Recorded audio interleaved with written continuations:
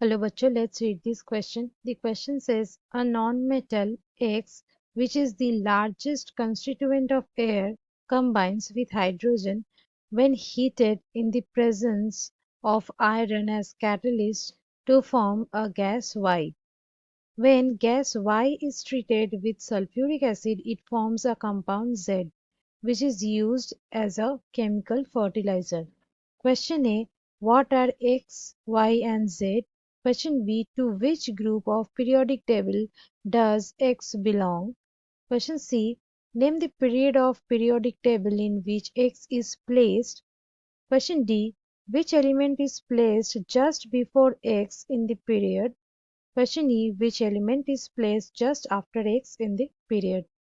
इस क्वेश्चन में हमें बताया गया है कि एक नॉन मेटल है एक्स, वो एक्स एयर का लार्जेस्ट कंस्टिट्यूएंट है, मतलब सबसे ज्यादा एयर में पाए जाते हैं, और वो कंबाइन कर रहा है हाइड्रोजन के साथ, और वो मिक्सचर को हीट किया जा रहा है आयरन कैटलिस्ट के प्रेजेंस में, और तब एक गैस फॉर्म हो रहा है जो कि है वाई। वो गैस वाई जब सल्फ्यूरिक एसिड के साथ रिएक्ट करेगा तब एक कंपाउंड फॉर्म करेगा जो कि है जेड, और ये जेड केमिकल फर्टिलाइजर के रूप में यूज किया जाता है। यहाँ पे 5 क्वेश्चंस दिया गया है, हम लोग वन बाई वन इसको सॉल्व करेंगे। Let's start the discussion. जान लेते हैं कि इस क्वेश्चन का की कंसेप्ट क्या होगा। सबसे पहले आते हैं ए में। ए में एक्स वाई जेड क्या है ये पूछा गया है। एक्स बेसिकली एक नॉन मेटल है, वो ऑलरेडी मेंशन किया गया है, और वो सबसे ज्यादा एयर में पाए जाते हैं। सबसे ज्यादा जो एलिमेंट एयर में पाए जाते हैं वो है नाइट्रोजन। ये सबसे ज्यादा पाए जाते हैं, ऑलमोस्ट 78% पाए जाते हैं। यही नाइट्रोजन ये रिएक्ट कर रहा है हाइड्रोजन के साथ। यहाँ पे हम लोग नाइट्रोजन लिख लिए, यहाँ पे हाइड्रोजन लिख लिए। नाइट्रोजन और हाइड्रोजन जब ये रिएक्ट करता है आयरन की प्रेजेंस में, जब इसको हीट किया जाता है तब वो एक गैस फॉर्म करता है, और वो है NH3, that is ammonia, ammonia gas. अगर हम लोग इसको बैलेंस करेंगे तो यहाँ पे आएगा 3 और यहाँ पे आएगा 2, मतलब यहाँ पे नाइट्रोजन का 1 मोल रिएक्ट कर रहा है हाइड्रोजन का 3 मोल के साथ, और ये 2 मोल एमोनिया फॉर्म कर रहा है। यही एमोनिया अब किसके साथ ट्रीट किया जा रहा है, उसको सल्फ्यूरिक एसिड के साथ। यहाँ पे NH3, इसके साथ sulphuric acid that is H2SO4, इसका रिएक्शन हो रहा है, और तब ये क्या फॉर्म कर रहा है, ये फॉर्म करेगा NH4 whole 2 SO4 that is ammonium compound.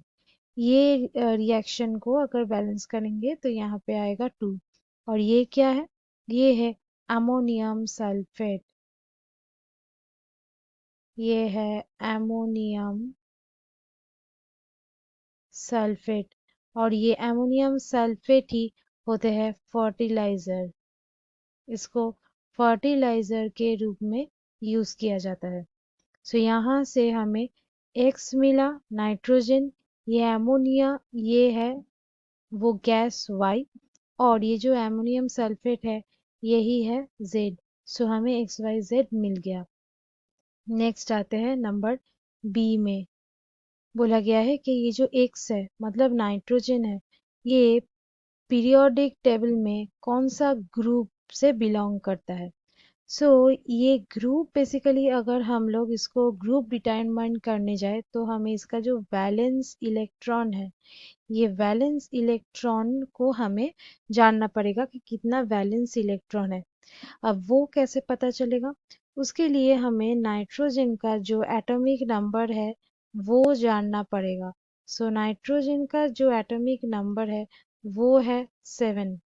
इसका मतलब इसका जो शेल का अरेंजमेंट होगा, मतलब इलेक्ट्रॉनिक कॉन्फ़िगरेशन होगा, वो होगा 2, और ये यहाँ पे 5। यहाँ पे 5 आ रहा है, और हम लोग जानते हैं कि ये ग्रुप कैसे हम लोग डिटरमाइन कर सकते हैं। अगर 1 2 3 रहा ये वैलेंस इलेक्ट्रॉन का नंबर, तो हम लोग एज इट इज उसको ग्रुप के हिसाब से कंसिडर कर सकते हैं। बट अगर 3 से ज़्यादा हो गया, तब क्या होगा, हम लोग इसके साथ ये वैलेंस जो इलेक्ट्रॉन है दैट इज 5, उसके साथ हम लोग 10 ऐड करेंगे। सो ये आ गया 15। इसका मतलब इसका जो ग्रुप है, ये ग्रुप है 15। नेक्स्ट आते हैं नंबर सी में। नंबर सी में ये एक्स को पीरियोडिक टेबल में कौन सा पीरियड में इसको रखा जाए ये पूछा गया है। पीरियड हम लोग कैसे कैलकुलेट कर सकते हैं कि यहाँ पे कितना शेल्स इन्वॉल्व्ड है, इसका मतलब नंबर ऑफ शेल्स। सो यहाँ पे कितना शेल इन्वॉल्व्ड है, ये है के और ये है एल। सो 2 शेल्स, इसका मतलब यहाँ पे ये 2 शेल्स इन्वॉल्व है, इसलिए इसका जो पीरियड होगा वो भी हो जाएगा 2। नेक्स्ट आते हैं नंबर डी में। यहाँ पे बोला गया है कि जो एक्स है मतलब नाइट्रोजन है, इसका सिर्फ पहले कौन आता है पीरियड में। सो मॉडर्न जो पीरियोडिक टेबल है वो increasing order of atomic number, मतलब जो एलिमेंट्स होते हैं उसका जो एटॉमिक नंबर होता है वो एटॉमिक नंबर का इंक्रीजिंग ऑर्डर में इसको अरेंज किया जाता है। सो यहाँ पे ये नाइट्रोजन का पहले जो एलिमेंट आएगा उसका एटॉमिक नंबर नाइट्रोजन से एक कम है, इसका मतलब यहाँ पे 6 हो जाएगा, नाइट्रोजन का तो 7 है। सो वो होता है कार्बन का। ये कार्बन का जो एटॉमिक नंबर है, एटॉमिक नंबर है, ये होता है 6। नेक्स्ट दूसरा में आते हैं नंबर ई। यहाँ पे बोला गया है कि नाइट्रोजन मतलब एक इसके बाद कौन आएगा पीरियड में। सो यहाँ पे एटॉमिक नंबर और एक बढ़ जाएगा 8, और 8 किसका होता है, ऑक्सीजन का। सो ऑक्सीजन का जो एटॉमिक नंबर है वो एटॉमिक नंबर है नाइट्रोजन से एक ज्यादा, that is 8। So students, hope you understood it well. Best of luck.